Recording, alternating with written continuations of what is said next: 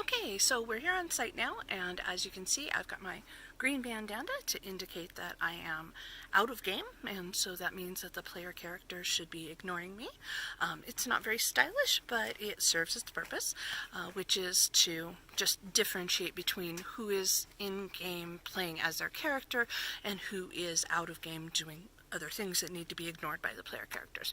So we're going to get ready. We're going to go ahead and go in and get our packets that will have our character sheets in them, and then we're going to report to NPC land for our NPC duty, and if they allow me to, I'll do a little bit more recording in there. If not, then I'll see you guys later this evening. Have a great day. Okay, so I had a really cool thing happen as I was getting ready to head into the camp. Some friends of mine who were coming out of the camp to go do some things out here in the parking lot came by, and they're all in costume, and I really wanted to get a chance to show you guys some of this because I'm not sure how much footage I'm going to be able to get of the actual site. So I'm scrolling around. These are my friends. So as you can tell, they've got absolutely amazing costuming. Oh, okay, I'm not really good at this, so there we go. We're going to do it this way. That way we can see you guys better. So as you can see, these are really cool costumes.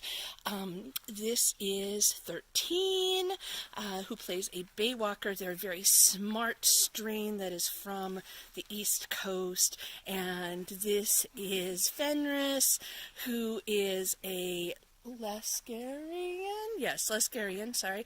And they are very cannibalistic, feral strain that has been mostly underground. Now I want you to see some really cool things here. Both of these guys have really neat shields.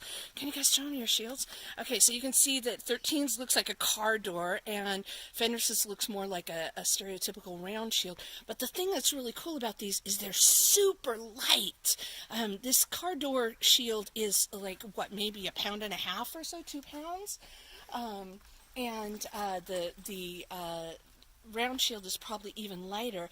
And then you can see the really cool foam weapons that they have. 13's looks like a bat, and I happen to know that that one was made by Bad Bear Labs because that is the prop company that my husband runs.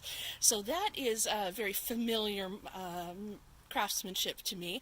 And did you make yours yourself? Yeah. That's awesome. That's awesome. So, so you can see these weapons. They look like they're real things, but they're actually made out of foam. And when we fight with them, we fight what's called lightest touch, which means, would you guys mind like whapping each other gently? Well, I mean, like you would. Go for it. There we go. Okay. So that's how hard we hit. So thank you guys very much for giving us a chance to see your cool costumings. Hopefully we'll see more on the other side. Bye guys. Bye. Hi guys. So I can't stay long because I'm getting ready to do my NPC shift, but I wanted to give you guys a chance to see kind of what we do when we do NPC makeup. This is for playing a Zed, and as you can see, I've got the hollowed out eyes and the white skin. I look like I've been chewing on somebody, and I'm going to go put on some bloody shirts done with fake blood and stuff. And we're going to go out and harass people on the trails, and it's going to be a lot of fun. I'm not going to be able to send you video because we're going to be in-game when we're doing that, but I just wanted to give you a little bit of the idea of kind of what we're doing when we're doing NPC makeup. Okay, bye! Hi guys, so as you can see, I'm done with my NPC shift. I'm back to being me, and in just a couple minutes I'm going to go and put on my costuming to get into playing my character. But before I did, I had a really neat little opportunity here. One of my other friends is kind of in the back room here, so we're not breaking anybody's immersion, and she was just getting ready to go back in character, so she agreed to come and let me show you a really cool costuming. This is my friend. She plays a character named Daisy, who is a Murican, and Muricans are very stereotypical red, white, and blue, and so I really wanted to show you a really cool costuming. There we go. There we go. Look, hello. This is my friend who plays Daisy. Look how wonderful her costuming is. There we go. So, yeah, look at that. All that red, white, and blue. So she's going to go get back in character, but she was nice enough to let me show you guys her costuming, and I wanted to take the opportunity to do it because it's super wonderful. So we'll see you guys later. Bye. Hi guys, I'm back. I'm done with my NPC shift and I am getting back into character now. I wanted to take just a second while I'm kind of hidden away from everybody else so I'm not messing with anyone else's immersion to kind of show you kind of what my personal kit looks like. As you can tell, this is my hat. I really like it. It works great for keeping the sun and the rain off of me, which we need a lot playing in Oregon. And this is basically just a general hiking hat that I've taken a scarf and attached over the top of to kind of give it a different look. My character is a Nation of Ascensor of the Sainted of Ashes, which is kind of the do-gooder faith in the Dystopia Rising game, and Nation of Ascensor is the strain that's most closely tied to faith. So their clothing tends to be really utilitarian. All of mine is done kind of in earth tones and that sort of thing. I wanted to show you a couple things. These are my boots. Oh, they're my boots. These are really important. Good shoes are really important to LARPing. We spend a lot of time running through the woods. There are tree roots and potholes and mud and things like that. So having really good shoes is very, very important. If you ever come out to give LARP a try, make sure you wear something that's going to protect your ankles and give you some good traction.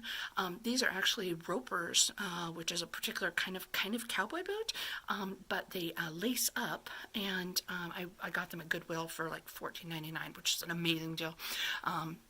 But I've been wearing these steadily since I started playing Mother Maggie about 5 years ago, and they are absolutely my go-to save your life costume piece because I have very weak ankles and I've never hurt myself even running through the woods at night.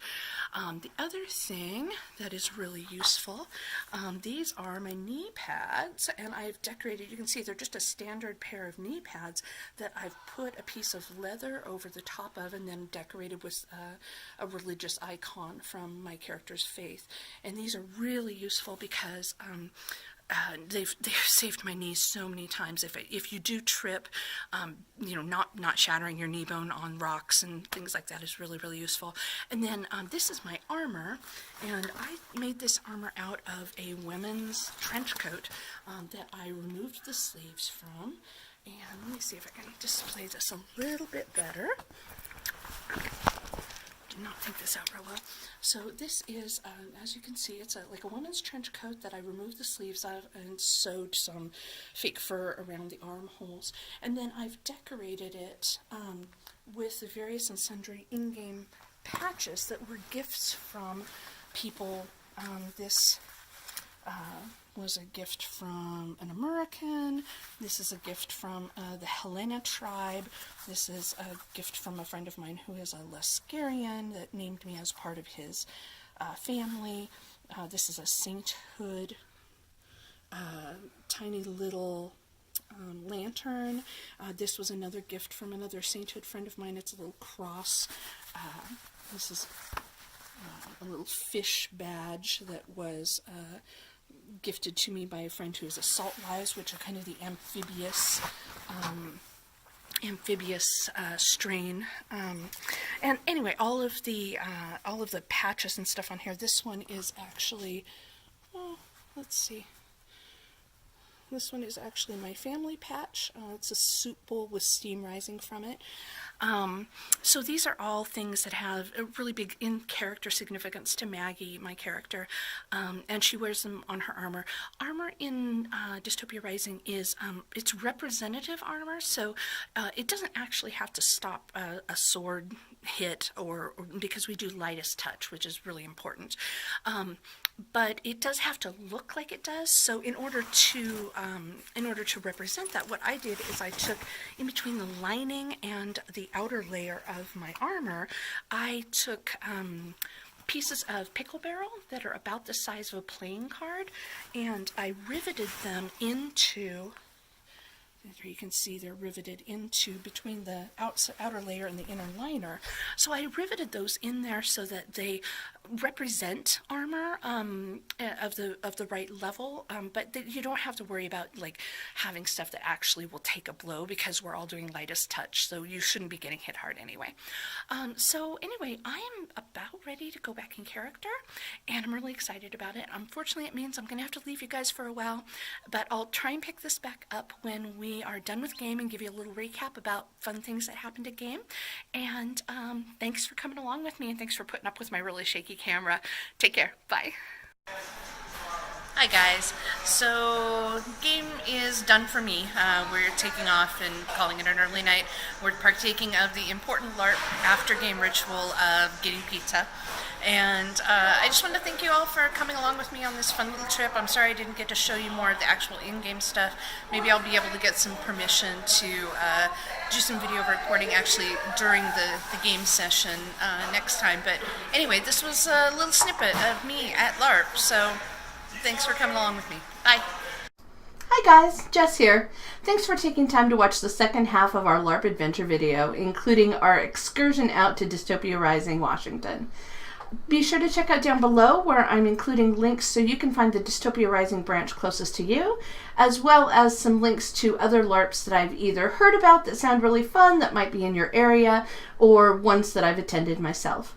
Be sure to take time to like, subscribe, and click the bell, because the bell will tell you when I put out my next videos. And I have some fun things coming up from a writer's retreat that I went to last week that I really want to share with you guys.